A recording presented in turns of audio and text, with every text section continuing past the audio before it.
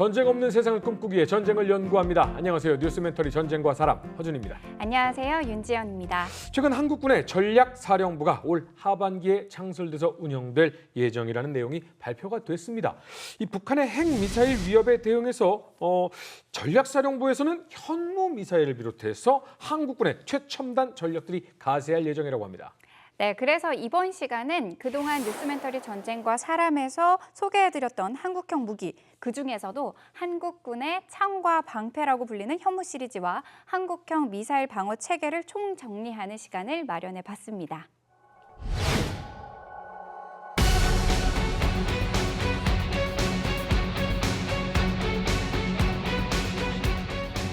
원래 ADD에서 NHK-1 백콤의 사거리가 180km밖에 안 되니까 이거 문제 있다. 이거 개량해야 된다고 해서 NHK-2 프로젝트를 하고 있었어요.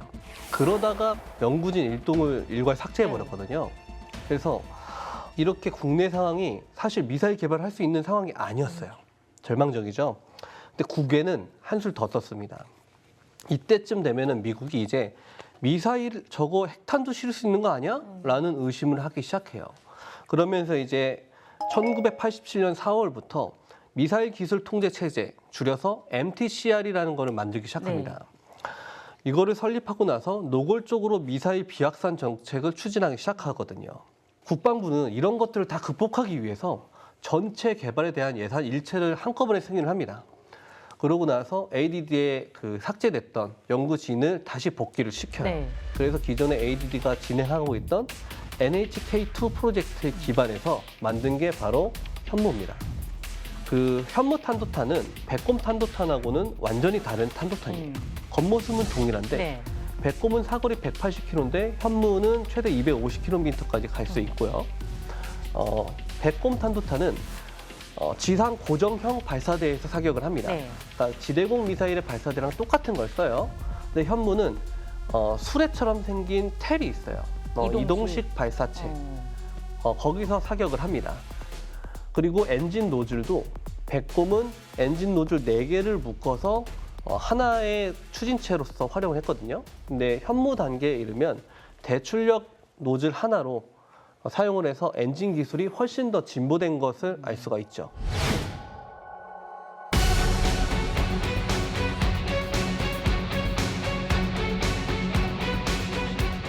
현무2는 지금 현역으로 쓰고 있는 탄이다 보니까 이 개발 비사가 알려진 게 거의 없어요. 대부분 군사 비밀이거든요.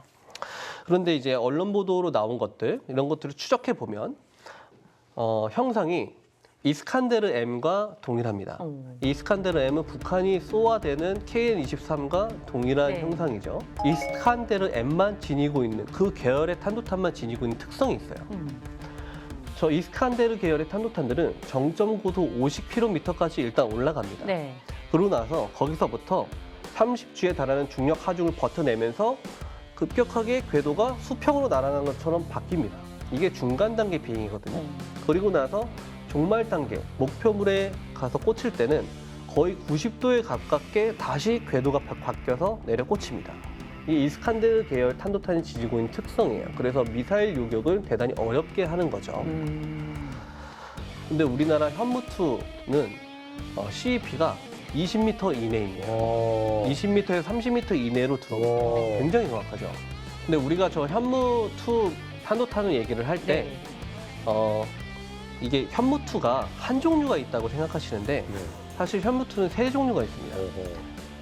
가장 먼저 전력화된 탄이 현무2A. 두 번째로 그 현무2A의 사거리 연장 버전이 현무2B예요. 이게 또 2가지 버전이 있고요. 그 다음에 마지막으로 현무2C가 있는데 현무2C는 현무2A-B와는 완전히 다른 형상의 탄입니다. 2016년에 국내 S사 모 방송사가 단독 보도한 내용이 있는데 거기에 군 관계자가 보도한 거에 따르면 한국군은 최소 현무2A 800발, 현무2B 900발, 현무2C 300발을 2020년까지 양산할 계획이라고 했거든요. 근데 2024년이잖아요. 그럼 한국군은 지금 치장하고 있는 NHK-2 현무까지 포함하면 최소 2,200발 이상의 탄도탄을 보유하고 있다고 봐야겠죠.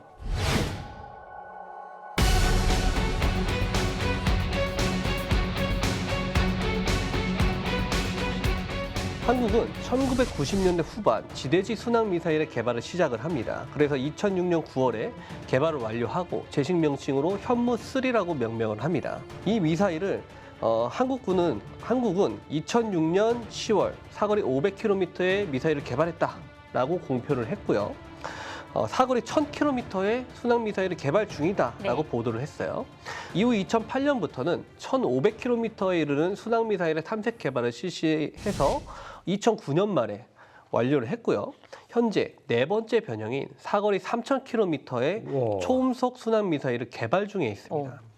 그러니까 이 현무3는 총 4가지 변형이 있다고 볼 수 있는 거예요.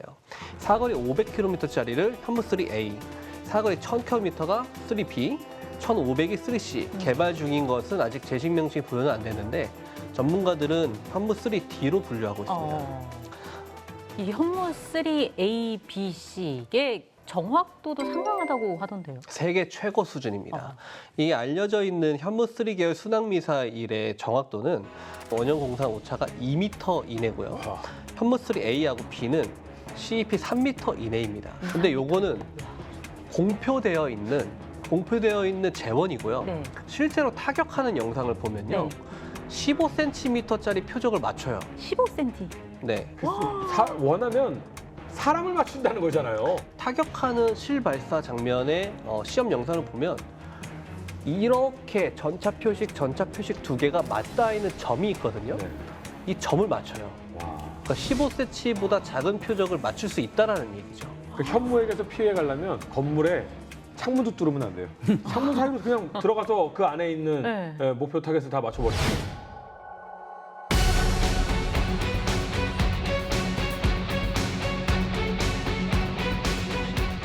앞으로 한국군은 사거리에 제한이 없다는 것에 기초해서 아마 연구 개발을 할 걸로 보입니다. 그런데 마냥 그렇게 할 수는 없어요.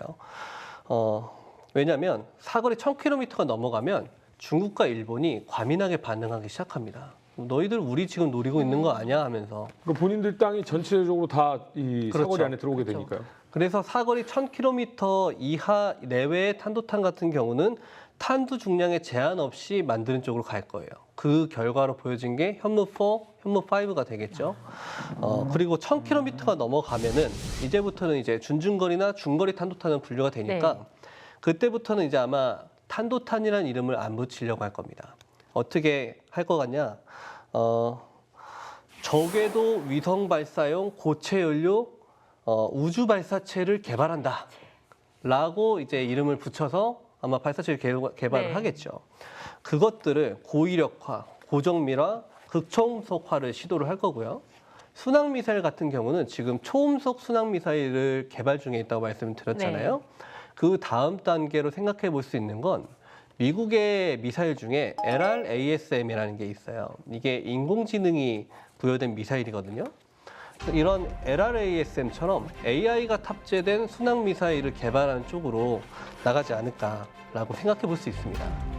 지금까지 이제 우리가 한미 동맹을 유지하면서 쭉 해왔지만은 어떻게 보면은 신사협정이에요. 우리가 이렇게 하겠다. 자꾸 방해하니까 미사일 개발하는데 우리가 방해할 것 같으니까 우리가 선수 쳐가지고 우리 안심해라 이런 정도였기 때문에 우리가 과감히 나가면 할 수 없어요. 근데 지금 우리 10대 강국에 들어있잖아요. 그래서 우리는 이스라엘이 초강대국에 둘러싸여 있잖아요. 지금도. 그런데 그 엄청난 야로권이 쌓였기 때문에 이스라엘이 그렇게 미국에서 반대해도 숨어서 핵무기를 개발했잖아요. 그게 이제 독자적인 전력이다. 근데 우리는 정말 남한을 건드리면 어디서 나올지 모르는 미사일 나간다. 이 정도 인식을 시켜줘요.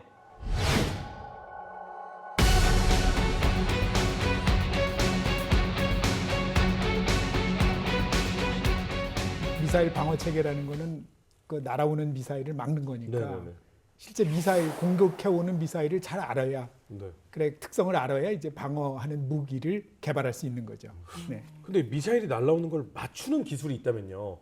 그 맞추는 국가의 기술은 쏘는 국가보다 몇 단계는 위라고 봐야겠죠. 뭐 꼭 그런 건 아닌데 어쨌든 간에 그 미사일 방어 체계가 제가 흔히 그렇게 표현하는데 그러니까 날아오는 총알을 총알로 맞춘다. 그런 개념이라고 보시면 됩니다. 최근에 이제 북한 핵미사일, 핵무기를 개발을 하고 그 핵미사일을 어떻게 막아낼 수 있느냐. 이것 때문에 이제 굉장히 많은 우리가 그 얘기를 하고 있고요. 그래서 뭐 말씀드린 대로 미사일 방어 체계는 그 중에 하나의 방법이다.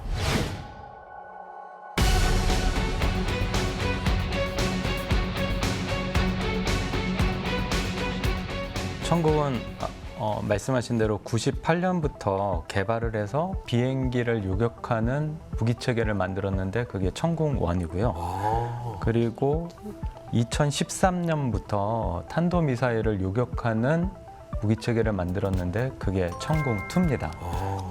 이 무기 체계가 굉장히 복잡해요. 철매2라는 연구 개발 사업을 통해서 천궁1이 나왔고요.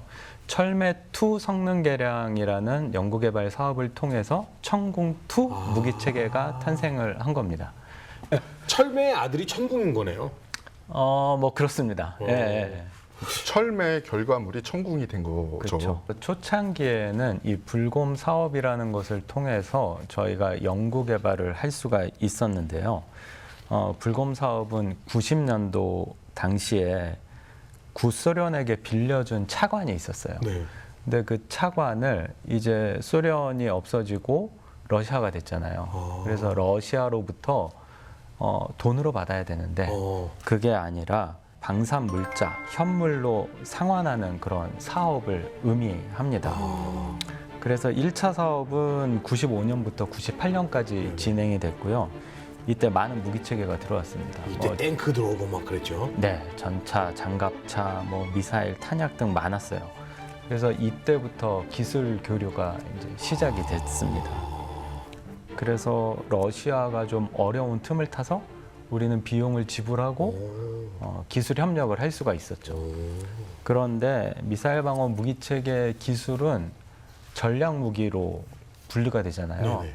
그래서 아무한테나 안 줍니다. 안 주는데 다행히 받을 수가 있었죠. 게다가 우리는 미국의 동맹인데 그래서 우리가 수출도 할 수가 있고 그렇게 된 것이죠. 그럼 국산화율이 거의 100%라고 봐야 되는 거예요? 맞습니다. 물론 이제 국산화율은 좀 다르지만 네. 우리가 전부 설계를 했고 우리 부품으로 만들었다. 이렇게. 우리가 설계를 해서 어느 국가에 이거 이렇게 만들어서 우리한테 보내줘. 이렇게 해서 사는 거는 사실 우리가 다 만들었다고 봐야 되는 거니까요. 맞습니다. 네.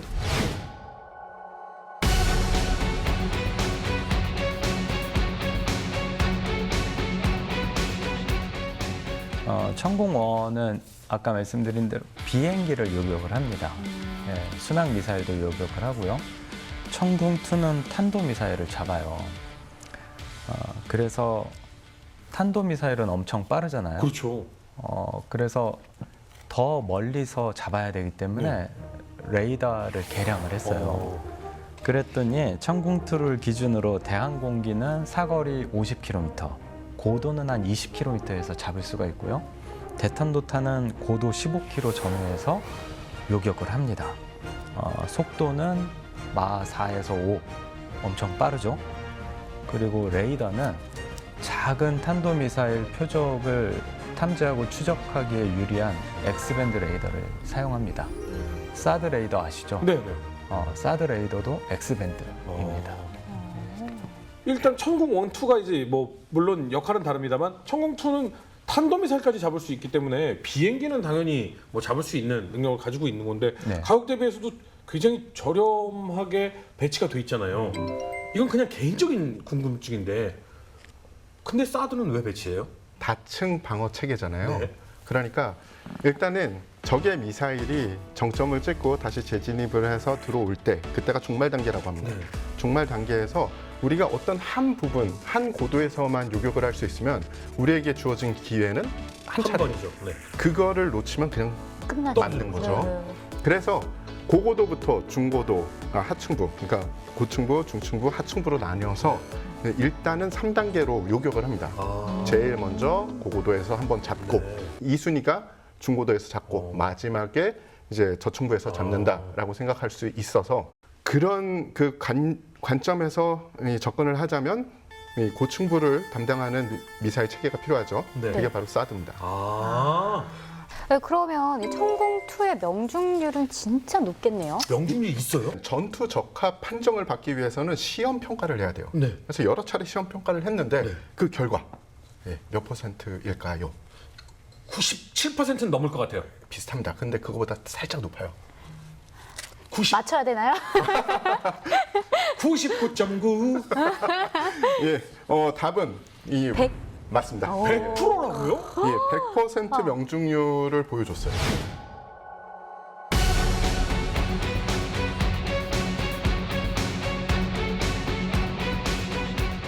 요즘에 탄도미사일 하면 공력 비행 미사일, 또 극초음속 미사일 네. 이런 게 화두입니다. 네. 근데 이 둘의 공통점이 뭐냐면은 기동할 수 있다.